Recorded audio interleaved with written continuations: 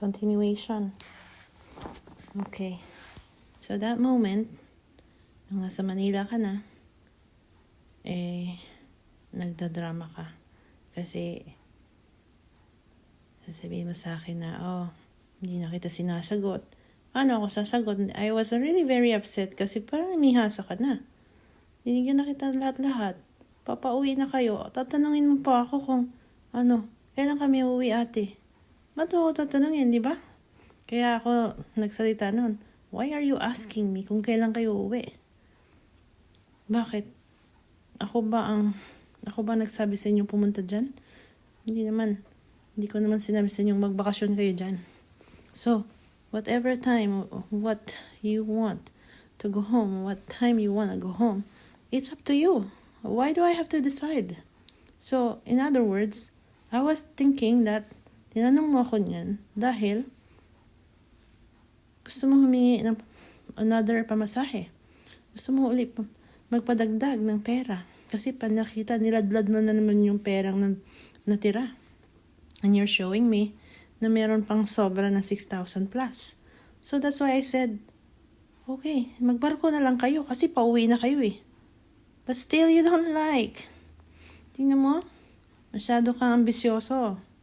Ayaw mong magbarko. Papauwi ka na lang nga. Uuwi na lang nga kayo. Gusto nyo pa rin naka-aeroplano. Diba? Masyado kang sinong sirok? Tapos tinawag mo akong sirok?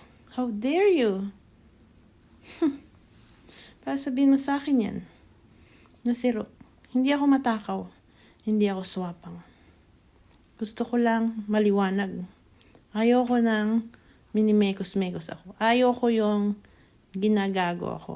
Ayoko yung tinatarantado ako ng taong katulad mo. It's a big insult for us na di-aral na lokohin ng isang taong walang natapos. Okay? Wala akong pakialam kung sabihin mong dina-down kita ngayon. Dahil you put me down already. You put me down. So, who's more down? Paringgan mo ako palagi. Paringgan mo ako sa mga pagpapagawa mo ng bahay, about sa resibo, na kesyo yung sponsor mo ganito, ganun. I don't care. But you don't have to say that. Nakamove on ka na talaga. You can't compare me to your sponsor. I am different from your sponsor. And don't compare me to her. All the time, put that in your mind. At yung sponsor mo, huwag ka namang ding nakikisawsaw. Okay? We're sponsors. We're supposed to help people. Hindi tayo nagpapaligsahan. Hindi tayo nagpapagalingan. Hindi tayo mas mayaman ka, mas mapera ka. No! We're sponsoring people to help them. But we're not sponsoring para magmalaki. Ngayon, hindi ako nagmamalaki. I can only do what I can do. Other than that, hindi ko kailangang magmalaki o sumapaw sa ibang sponsor. Hindi ko kailangang sapawan ang ibang sponsor. Kung yun ang gusto nila at yun ang tutulungan nila, then go. Go for it. Pero yung buhatin mo yung bangko mo to show na mas magaling ka, no. I am not like that. And if you want to do that way, wag ako ang pantayan mo. Dahil hindi kita papatulan. Matanda ka na. Mas matanda ka sa akin. Hindi ako pumapatol sa mga matatanda. Okay? To tell you that, ang mga matatanda, pinagpapasensyahan na lang yan. Katulad ni Nanay Rosita. Pinagpapasensyahan.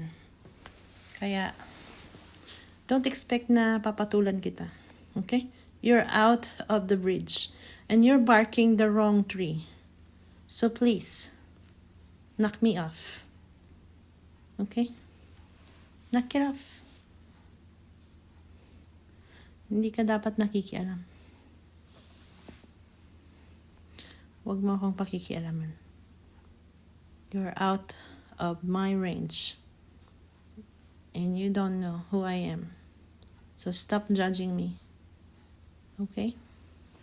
I am talking about the issue of Maas, and it's about me and Maas. You're out of that. So wag kang papasok. That is not your range.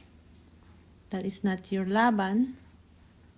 So you're out of it. Wag kang nakikialam. Wag kang sawsawera. Mahilig ka pala sa sawsaw suka. Diba?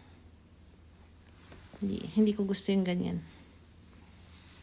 Oh, that's the only I can say. Other than that, wala akong sasabihin kung ano pa sa'yo. Ang sinasabi ko lang, wag mo akong i-judge according to what you hear from us. Kasi, you only hear his side, but you didn't hear my side. So, stop being judgmental. I am not judging Maas until na feel ko na naabuso na ako. Until nanahimik ako while I'm doing my project with Tatay Bakol. Nanahimik ako. I never mentioned anything about him, but he kept on mentioning since he started doing that house. So, I think I am to the limit of 3 limits only. I only have 3 patients. 1, yung about sa resibo. Pangalawa, yung video na sinasabihan na hilang ang ngipin. Tapos inulit pa uli. And that's the 3rd. So I have to react. Kasi sumusobra ka na, Boy Maas. Kung gusto mo ipakita ang kagandahan ng pamamahay na napagawa sa'yo, that's fine. I'm happy for you for that. But, kung ikukumpara mo pa ako, ang dami mo pang blah blah blah, I'm not happy for what you are doing. Ang dami mong dakdak. Bakang babae. Kung katulad ka namin mga babae, madada. That's fine. Pero, it's not because mahaba ang buhok mo. You have the right to talk too much. It's just maybe in your bloodline na masyado kayo madada. No? So, I don't tolerate you to step all over me. No? You don't have the right to step me. Specifically. Alalahanin mo. Bago ka nakarating dyan sa kinaratingan mo ngayon, I was together na nakakapag-contribute sa'yo. Bakit ka nakarating dyan ngayon? Kaya huwag kang magmalaki. Huwag mo kaming pagmalakihan. Lumingon ka kung saan ka galing, Boy Maas. Tanawin mo kung sino yung mga kasama mo na ngayon ay inaapak-apakan mo na. At hindi mo na pinapansin sila. Ha? Feeling mo, hindi mo na sila kilala. Wag. Masama yung hindi marunong tumanaw sa kanyang pinanggalingan. It's either madapa ka o mahulog ka or malunod ka sa sobrang kayabangan. Wag kang magyabang, Maas. Bata ka pa. Marami pang mangyayari sa'yo. And I hope na hindi ka mapahamak sa mga pinagagawa mo. Dahil for sure, hindi lang ako ang may galit sa'yo. Maraming humahunting sa'yo. Alalahanin mo yan. Baka magkaroon ka ng katapat. Oh, tapatan ka nila. Pag tinapatan ka nila, kawawa ka.